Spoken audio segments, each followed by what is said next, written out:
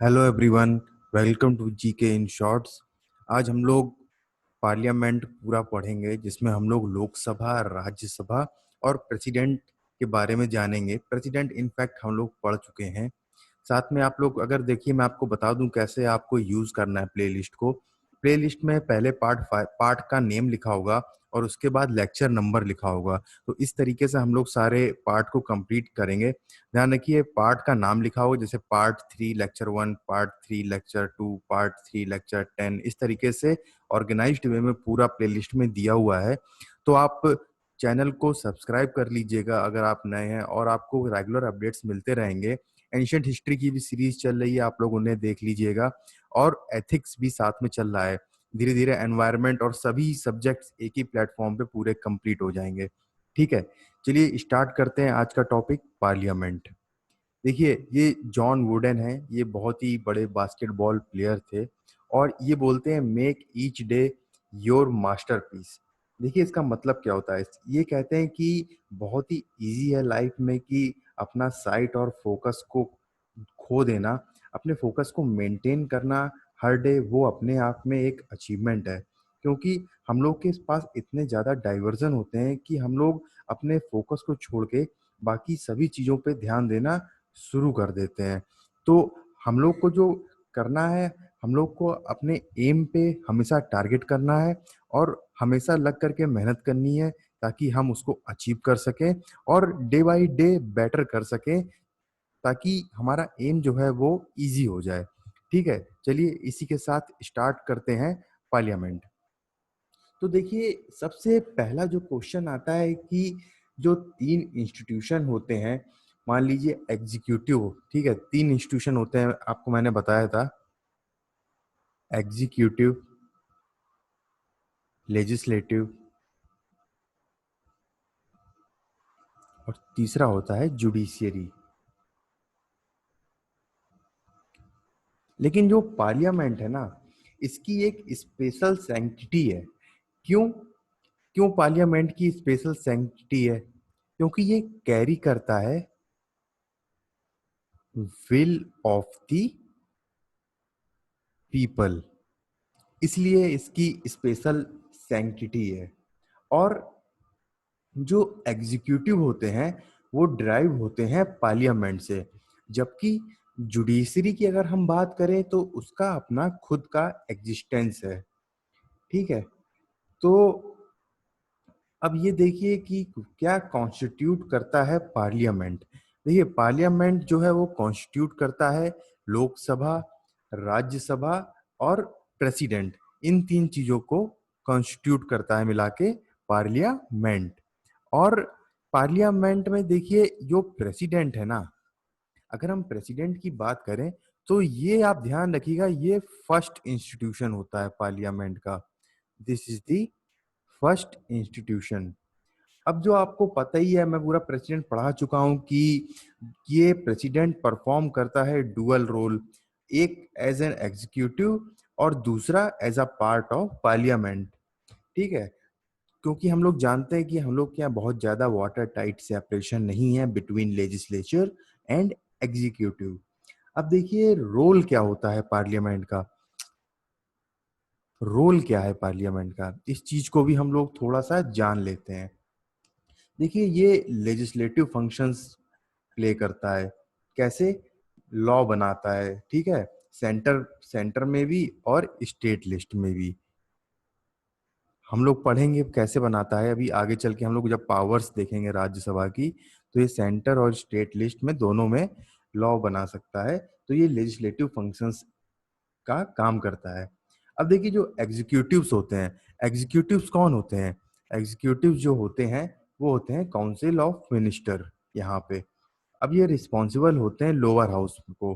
तो lower house क्या है? लोअर हाउस है पीपल रिप्रेजेंटेटिव, हम लोग को जो रिप्रेजेंट कर रहे हैं। देखिए, एक एक चीज को तोड़ तोड़ के पढ़ेंगे, ताकि जब हम लोग इसको कहीं पढ़ें तो हम लोग को सोचना ना पड़े, एक नॉर्मल सा फील आए कि हाँ, ये तो मेरा पढ़ा हुआ है और मेरे को सब कुछ समझ में आ रहा है।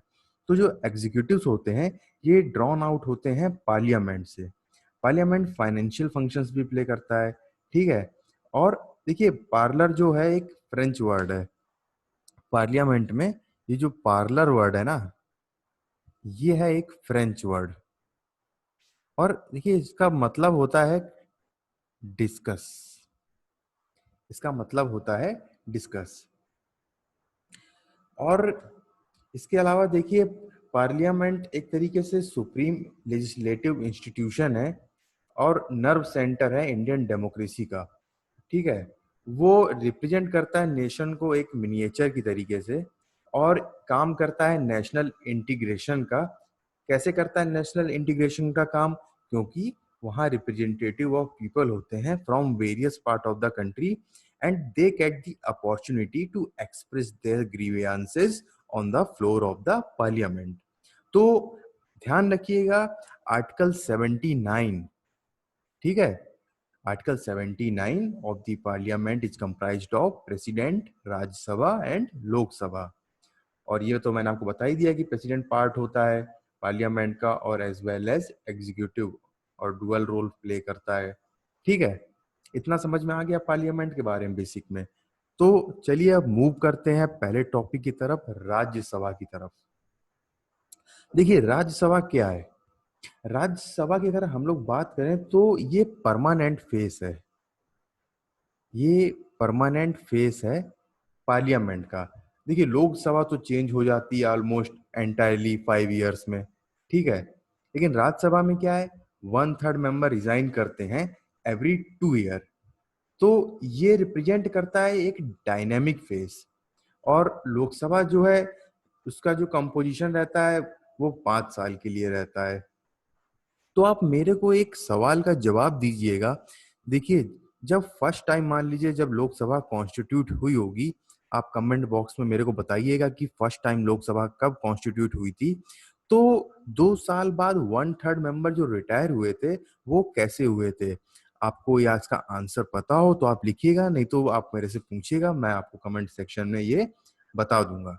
ठीक है, चलिए आगे चलते हैं। अब देखिए जो आर्टिकल 80 है ना, ये प्रोवाइड करता है राज्यसभा के लिए। और जो मेंबर्स होते हैं राज्यसभा में वो होते हैं 238 स्टेट और यूनियन टेरिटरी से। ध्यान रखिएगा, 238 जो मेंबर्स होते हैं ये होते हैं स्टेट्स प्लस यूनियन टेरिटरी से। और 12 मेंबर जो होते हैं वो नॉमिनेटेड होते हैं। और उनको नॉमिनेट कौन करता है? उनको नॉमिनेट करता है प्रेसिडेंट। ठीक है, इनको नॉमिनेट करता है, ध्यान रखिएगा, प्रेसिडेंट नॉमिनेट करता है। और ये एमिनेंट पर्सनालिटीज होती हैं। किस फील्ड से? 4 फील्ड से। ध्यान रखिएगा, ये इंपॉर्टेंट है, ये पूछ सकता है ये नॉमिनेशन कौन करता है। और ये जो फील्ड होती हैं ये आर्ट होती है, साइंस होता है, लिटरेचर होता है, और सोशल सर्विस होता है।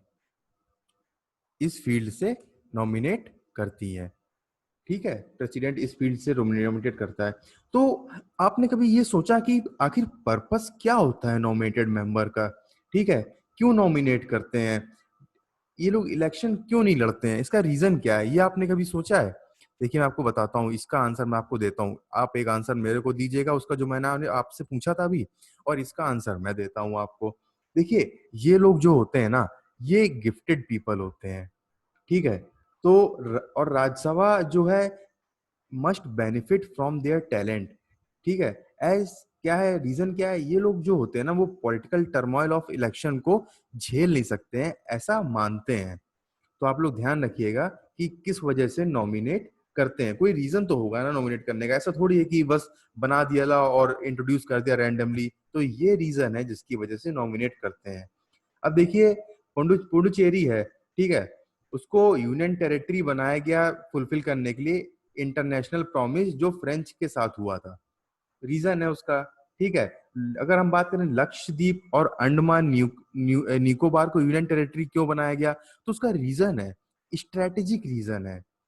तो आप लोग ध्यान रखिएगा कि हर चीज का एक रीजन है, ऐसा नहीं है कि बस ऐसे ही बना दिया गया है। तो आपके कोई डाउट हो, आपको ऐसा कुछ लगता हो कि वाई वेयर हाउ, तो आप उसको कमेंट सेक्शन में पूछ सकते हैं, बिल्कुल मेरे साथ डिस्कस कर सकते हैं। अब देखिए जो राज्यसभा के मेंबर होते हैं वो इलेक्ट होते हैं बाय स्टेट असेंबलीज। ठीक है, जो राज्यसभा के मेंबर होते हैं वो इलेक्ट होते हैं बाय स्टेट असेंबलीज। अभी हम लोग इलेक्शन देखेंगे आगे कैसे होता है। अब याद रखिएगा कि जैसे सीटें होती हैं तो 220, हाँ 229 जो है वो स्टेट से हैं, ठीक है। 3+1 में अगर डिवाइड करें, देखिए 3 है दिल्ली से और 1 है पुडुचेरी से। बस यही दोनों यूनियन टेरिटरी हैं जो नॉमिनेशन में शामिल होती हैं और 12 नॉमिनेटेड हो गए। तो देखिए टोटल कितना हो गया, 245 हो गया टोटल स्ट्रेंथ। यहाँ तक आपको क्लियर हो गया? चलिए ठीक है, अब आगे का डिस्कस करते हैं इसके बाद। तो यहाँ पे ही आप देख लीजिए कि यहाँ पे आपको मैंने नोट्स भी प्रोवाइड कर दिए कि जो काउंसिल ऑफ स्टेट है वो रिप्रेजेंट करती है permanence of parliament as the institution. Federal house is not subjected to dissolution, dissolve नहीं होता ये हाउस। और ये देखिए, ये भी बता दिया मैंने आपको, 1/3 मेंबर रिटायर होते हैं। एक बार देख लेते हैं कुछ छूटा तो नहीं है, कुछ छूटा हुआ तो उसको भी एक्सप्लेन कर देंगे। ठीक है, अंडर आर्टिकल मैंने बता दिया आपको, अंडर आर्टिकल 80 जो राज्यसभा कंप्राइज होती है not more than 38 member representing state and union territories, और 12 मेंबर जो हो गए nominated by the president on the basis of special knowledge. ठीक है, ये आप देख लीजिएगा, ये आप ध्यान रखिएगा। दिल्ली से 3 सीटें हैं और पुडुचेरी से 1 सीट ही है, 1 सीट, और टोटल स्ट्रेंथ जो है वो 245 है। अब देखिए क्वालिफिकेशन की हम लोग बात करते हैं एक एक। देखिए अगर क्वालिफिकेशन की बात करें तो जो कंटेस्ट कर रहा है, कंटेस्टेंट जो है वो ही shall be a citizen of India and shall subscribe to an oath and affirmation declaring allegiance to the Constitution of India as set out under third schedule. ध्यान रखिएगा, थर्ड शेड्यूल में ओथ एंड अफर्मेशन दिए हुए हैं, ये भी important है, पूछ देता है आपसे कभी कभी एग्जाम में, मैच द फॉलोइंग में पूछ देता है। अब देखिए एज ध्यान रखिएगा कि राज्यसभा की जो एज है एटलीस्ट 30 ईयर्स ऑफ एज होनी चाहिए। अब देखिए पार्लियामेंट जो है बाई लॉ में प्रोवाइड फॉर फर्दर क्वालिफिकेशन। ठीक है, अब देखिए under representation of people act 2003 में अमेंड हुआ था। जो कंटेस्टेंट है shall be registered voter, registered voter होना चाहिए किसी भी लोकसभा कॉन्स्टिट्यूशनसी में कंट्री के, वहां पर रजिस्टर होना चाहिए, और तो वो कहीं से भी हो सकता है। ठीक है, तो ये 2003 तक देखिए क्या था कि जो मेंबर है ये था कि वो सेम स्टेट का होना चाहिए जहां से वो कंटेस्ट कर रहा है इलेक्शन राज्यसभा के लिए, और एक केस था उसको उसको डिस्पेंस कर दिया गया। तो फिर केस किया गया, देखिए केस का नाम याद रखिएगा, Kuldeep Nair versus union of India 2004, ये केस का नाम था। और इसमें ये था कि रेजिडेंस जो है वो इशू नहीं होना चाहिए, अगर तुम किसी पर्टिकुलर स्टेट से कंटेस्ट करना चाह रहे हो तो आप कर सकते हो। तो ध्यान रखिएगा कि जो आप लोग कहीं से भी कर सकते हो, रजिस्टर्ड वोटर होना चाहिए किसी भी कॉन्स्टिट्यूएंसी में लोकसभा की कंट्री में।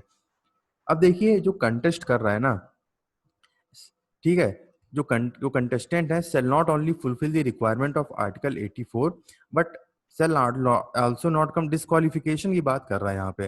अब देखिए आर्टिकल 102 की बात कर रहा है यहाँ पे, ऑफिस ऑफ प्रॉफिट की बात कर रहा है।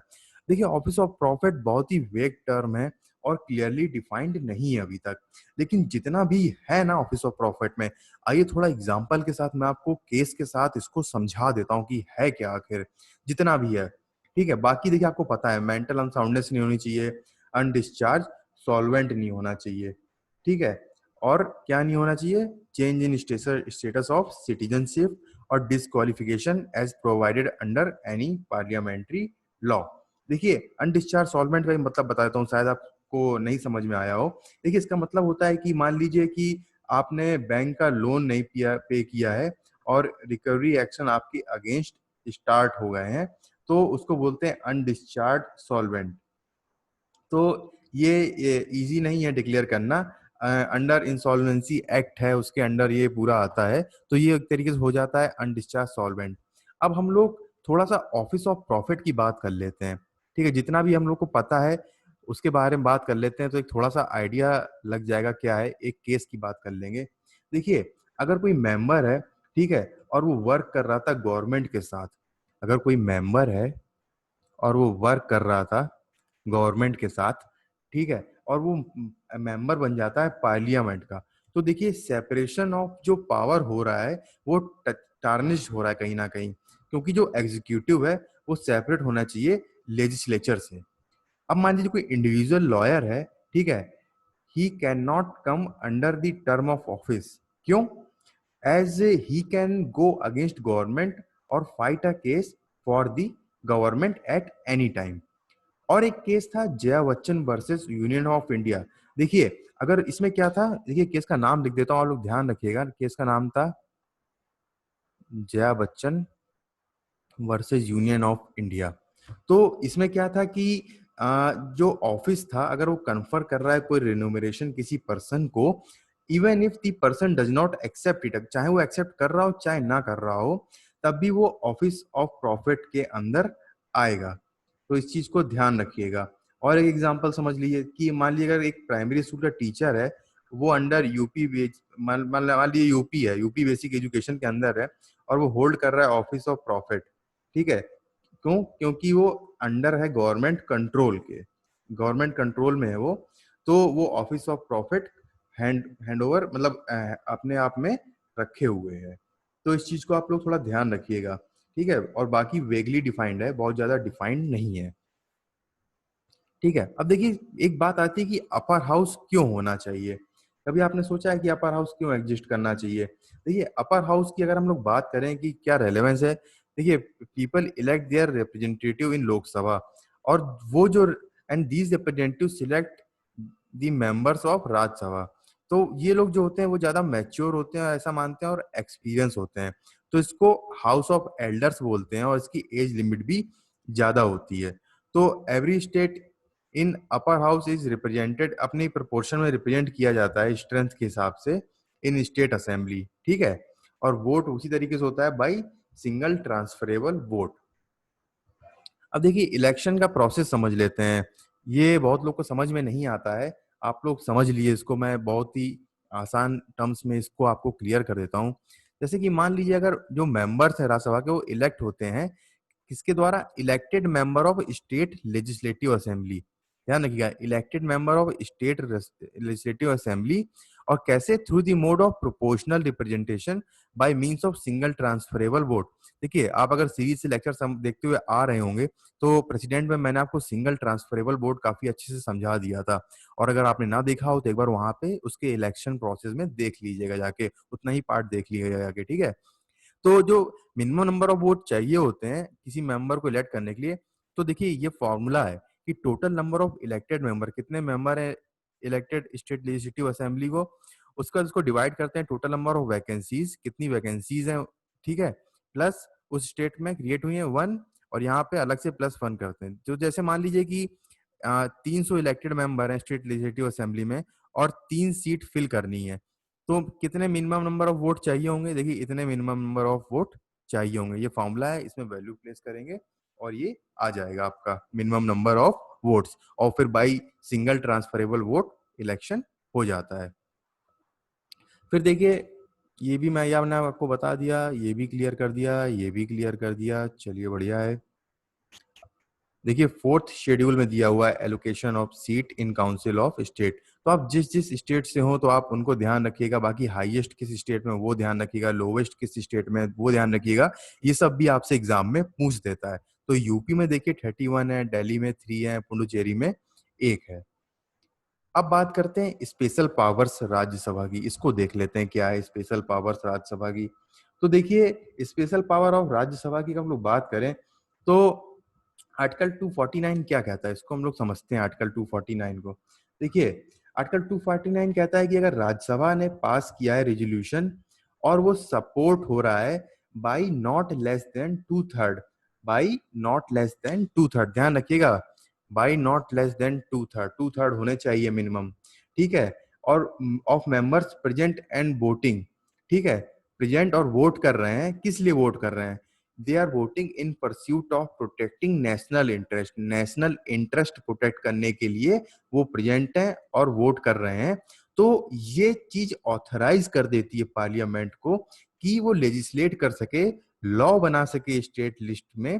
ठीक है, जो सब्जेक्ट मेंशन किया गया हो रिजोल्यूशन में, ध्यान रखिएगा, जो सब्जेक्ट मेंशन किया गया हो रिजोल्यूशन में, कितने टाइम के लिए? 1 साल के लिए।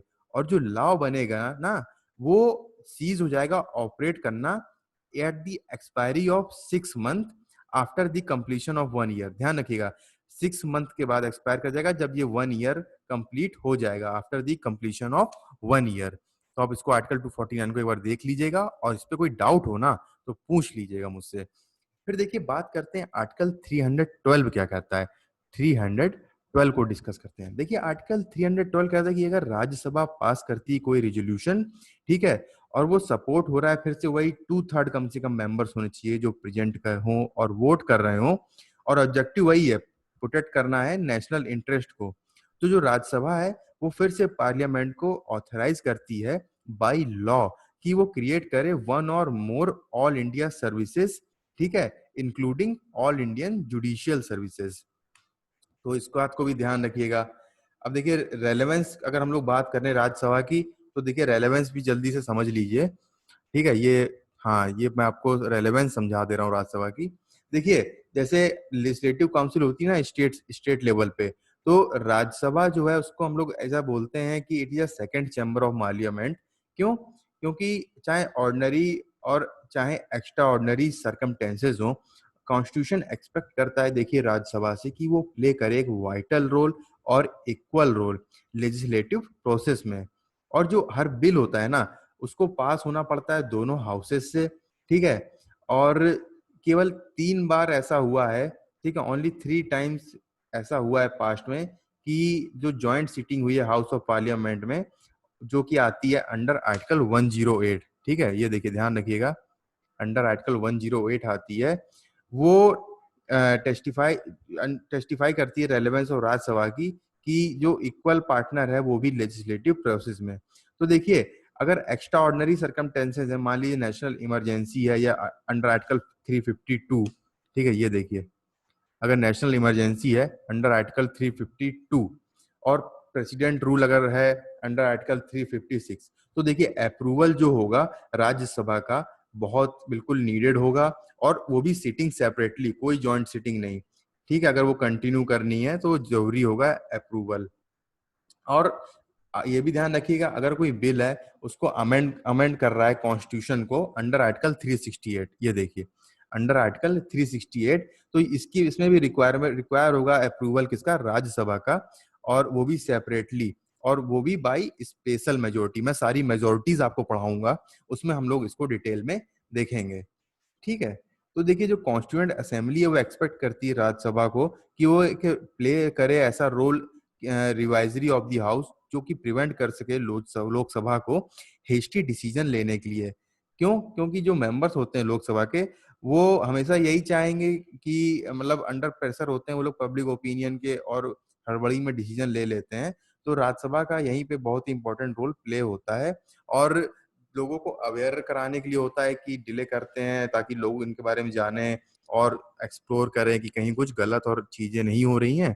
ये राज्यसभा की सब रोल है, ठीक है। देखिए 3 ही बार हुआ है जॉइंट सिटिंग में पास, एक बार ये हुआ था, ध्यान रखिएगा, बस 3 ही है। डाउरी प्रोविजन एक्ट 1978 में, बैंकिंग सर्विस कमीशन, और 2002 में प्रिवेंशन ऑफ टेररिज्म एक्ट, ठीक है।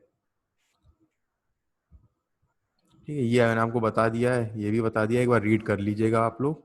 अब बात करते हैं लोकसभा की।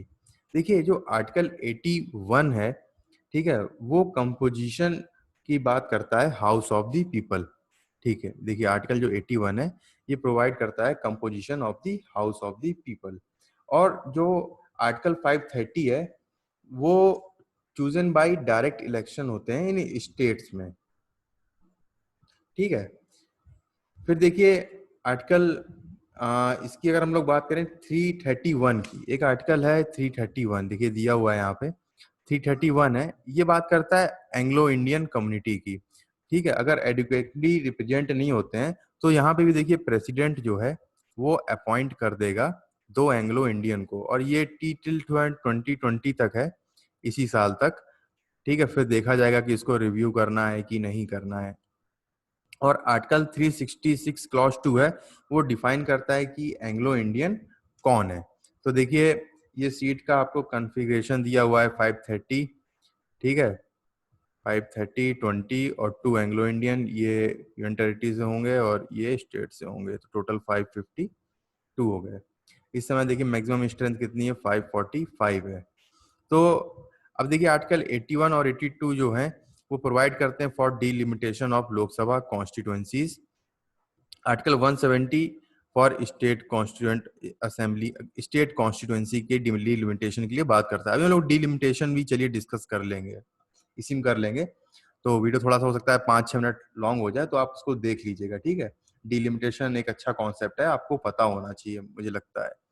तो देखिए, अगर हम लोग बात करें, इसको मैं आपको डिस्कस कर ही देता हूँ, पूरा डिलिमिटेशन पूरा डिस्कस कर देता हूँ। देखिए, तो पहले लोकसभा के बारे में थोड़ा सा और बता देते हैं। देखिए, लोकसभा जो है 530 मेंबर जो होते हैं वो इलेक्ट होते हैं टेरिटोरियल कॉन्स्टिट्यूएंसी से स्टेट में, ठीक है।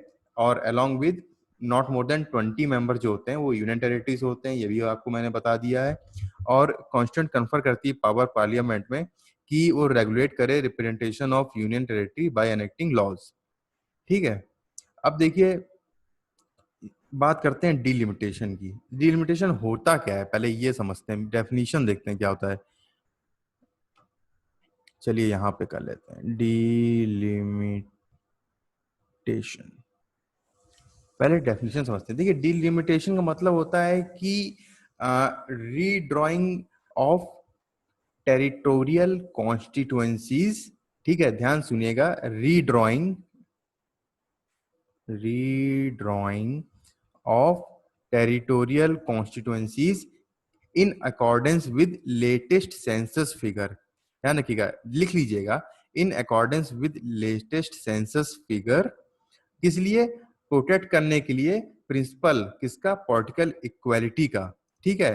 डेट पॉलिटिकल इक्वालिटी के प्रिंसिपल को हमें प्रोटेक्ट करना है, तो हमको किस चीज की रिक्वायरमेंट होगी, आप लोग बताइए। हम लोग को रिक्वायरमेंट होगी, देखिए, यूनिफॉर्म इलेक्टोरेट की, जो स्ट्रेंथन करे सारी कॉन्स्टिट्यूएंसीज को, ठीक है। तो ये चीज है, ठीक है। पॉलिटिकल इक्वालिटी के लिए एक यूनिफॉर्म इलेक्टोरेट बनाते हैं।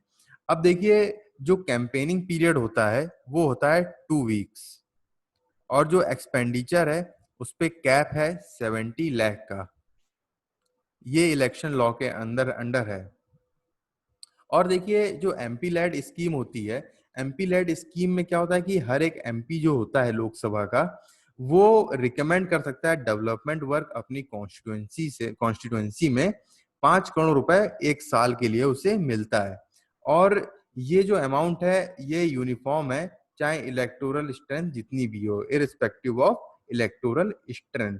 और जो आर्टिकल 81 और 82 है वो प्रोवाइड करता है इसके लिए, 81 और 82 प्रोवाइड करता है, हाँ, डिलिमिटेशन के लिए ये प्रोवाइड करता है, डिलिमिटेशन के लिए कॉन्स्टिट्यूएंसीज को लोकसभा की।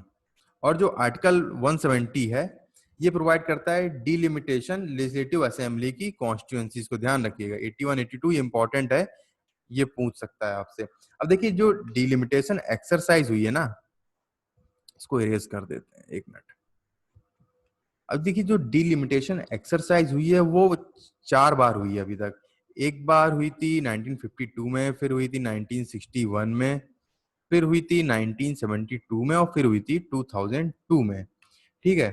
तो ऐसा रियलाइज किया गया था मिड 1970s में कि जो डिलिमिटेशन है वो क्या है, वो लीड करता है to alteration of shares of state Lok Sabha में।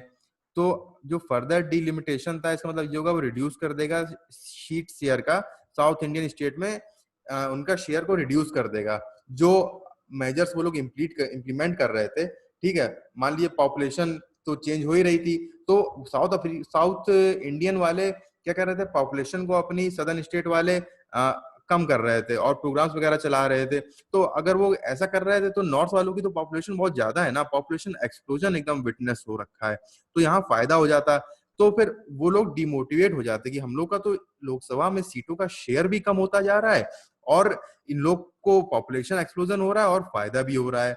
तो देखिए, फिर आया 42nd कॉन्स्टिट्यूशनल अमेंडमेंट एक्ट 1976, और इसने फ्रीज कर दिया share of state in Lok Sabha till 2000 तक शेयर कर दिया, और स्टॉल कर दिया कि अब फर्दर डिलिमिटेशन नहीं होगा, ठीक है। और जब ये 2000 निकल गया, ठीक है, जब 2000 ओवर हो गया, तो पार्लियामेंट ने पास किया 84th कॉन्स्टिट्यूशनल अमेंडमेंट एक्ट 2001। तो जब ये पास किया पार्लियामेंट ने, तो इसमें प्रोवाइड किया फ्रेश डिलिमिटेशन, और उसमें जो पॉपुलेशन फिगर यूज किया गया वो 1991 का सेंसस फिगर को यूज किया गया ताकि फायदा ना हो। फिर 2002 में एक देखिए पार्लियामेंट ने एनेक्ट किया एक डिलिमिटेशन एक्ट। ठीक है, उसमें क्या था कि 3 मेंबर का एक डिलिमिटेशन कमीशन बनाया गया और उसको एक टास्क दिया गया। ठीक है, अब देखिए जो लेटेस्ट सेंसस डाटा था वो बाद में आया था, तो 87th कॉन्स्टिट्यूशनल अमेंडमेंट एक्ट 2003 जो था, उसने जो पिछला वाला था उसी को यूज करने के लिए कहा। और देखिए 84th कॉन्स्टिट्यूशनल अमेंडमेंट एक्ट जो था उसने फ्रीज कर दिया। ठीक है, मैंने आपको वो तो बता ही दिया था कि 1991 का यूज किया था और उसने फ्रीज कर दिया 2026 तक डिलिमिटेशन की, यही चलेगा 1991 के फिगर वाला। तो ये आप लोग ध्यान रखिए, 2026 तक आप लोग को परेशान होने की जरूरत नहीं है, पुराना ही वाला चल रहा है और कुछ नहीं हो रहा है। फिर एक ऑर्डर आया था delimitation of parliamentary and assembly constituencies order 2008। तो अंडर आर्टिकल 329 ये था कि once the order is notified it can not be questioned in a court of law. तो फिर लेटेस्ट डिलिमिटेशन को देखिए, फिर से देखा गया इंश्योर करने के लिए कि यूनिफॉर्म इलेक्टोरेट स्ट्रेंथ बनी रहे, इस चीज को खराब ना हो ये। अब देखिए जो नेक्स्ट डिलिमिटेशन एक्सरसाइज जो शुरू होगी ना, वो शुरू होगी आफ्टर सेंसस ऑफ 2031। ठीक है, ध्यान रखिएगा, जो नेक्स्ट डिलिमिटेशन एक्सरसाइज शुरू होगी वो आफ्टर 2031 शुरू होगी, क्योंकि मैंने आपको बताया ऊपर अभी कि जो 84th कॉन्स्टिट्यूशनल अमेंडमेंट एक्ट जो था उसने प्रोवाइड किया फ्रेश डिलिमिटेशन के लिए, लेकिन इंस्टॉल कर दिया फर्दर डिलिमिटेशन। कब तक के लिए? जब 2026 के बाद जब पहला सेंसस होगा, ध्यान रखिएगा 2026 के बाद जब पहला सेंसस होगा, और उस पे क्या कहते हैं, उसने कहा बेस्ड होगा। तो 2026 तक कुछ भी नहीं हो रहा है और ऐसे ही रहना है। तो ये था पूरा डिलिमिटेशन का कॉन्सेप्ट। तो इसी के साथ हम लोगों ने पार्लियामेंट पूरा कंप्लीट कर लिया है। और आपको सीरीज चल रही है, एथिक्स के भी लेक्चर आ ही रहे हैं, आप लोग मुझे बताइएगा कमेंट करके कि आपको कैसा लग रहे हैं, और कुछ चेंजेस चाहिए हो तो वो भी बताइएगा मेरे को। ठीक है, तो आप लोग को वीडियो अच्छा लगे तो लाइक कर दीजिएगा और चैनल को भी सब्सक्राइब कर लीजिएगा, बेल आइकन प्रेस कर दीजिएगा तो आपको वीडियोस मिल जाएंगे रेगुलरली, आपको नोटिफिकेशन आ जाएगा। ठीक है, ठीक है, okay, thank you very much.